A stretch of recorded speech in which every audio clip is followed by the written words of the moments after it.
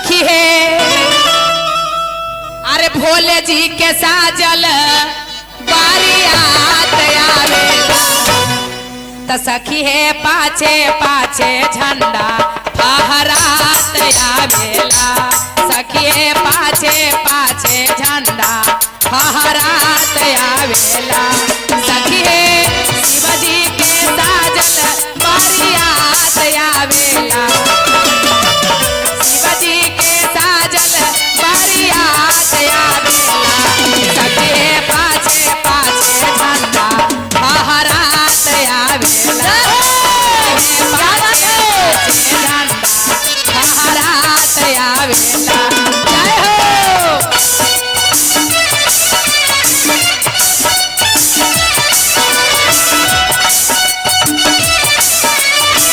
क्या बात है मुन्ना भैया लगाइए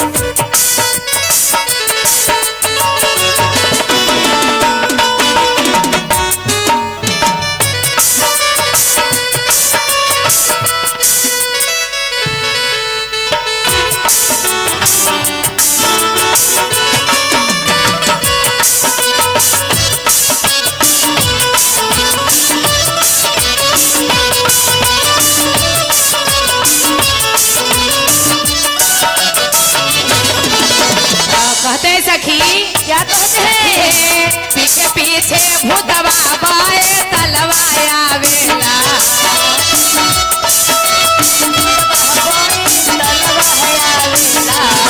ये अगर ऐता भूता बाई तलवा आवेला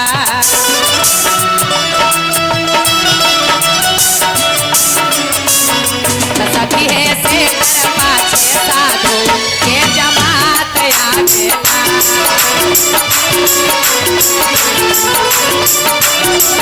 सखी है से कर पाछे साधु के जमात आवेला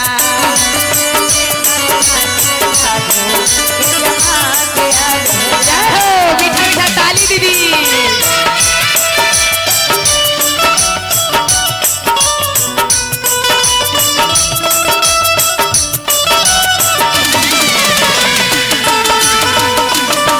क्या बात है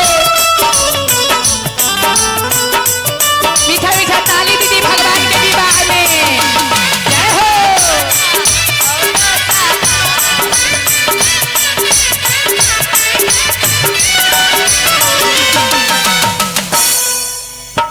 और क्या है जय हो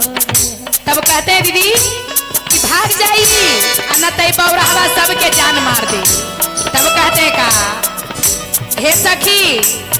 पार्वती के कहा तन जाके सब सखी के हे कैसन तू तपस्या कैले रह कि बौरावा पर आए रहलन ह तो बराती त पार्वती कहन सखी है अपन अपन नाजारी संभार के रखी है पार्वती कहते हैं कि अपना अपना नजरिया संभाल लो न तो हमार भोला बाबा के नजरिया लड़ी ना आ तीनों नैना खुली तो सब जर के राख हो जाएगा इसीलिए कहते हैं सखी है अपन अपन नाजारी संभार के रखी अपन नाजारी संभार के रखी हमर तीनों लोग के सामी के नजारा लगेला हमर तीनों लोग के सामी के नजारा लगेला हमर भोला बाबू रहवा के नजारा लगेला हमर भोला बाबा कभी तालियां बजा के हाथवा उठा के दीदी क्या बात है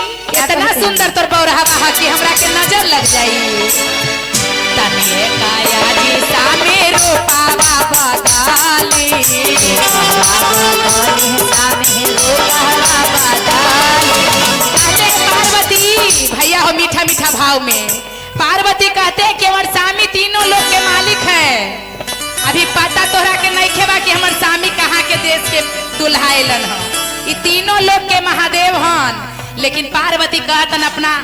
नैना मिला के थोड़ा सा इशारा से कि तनिए काया जी सामे रूपावा बदली,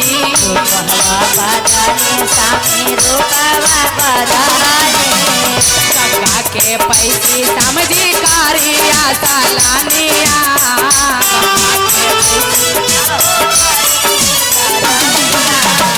तनिए काया जी प्रभु रूपावा बदली,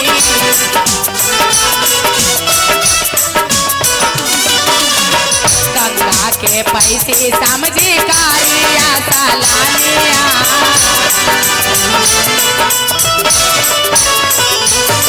सखी है अपन अपन नाजारी संभर के रखिया,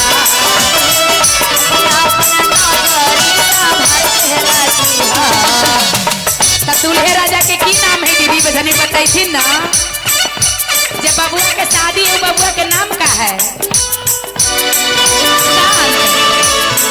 सखी है अपन अपन नाजारी संभर के रखिया,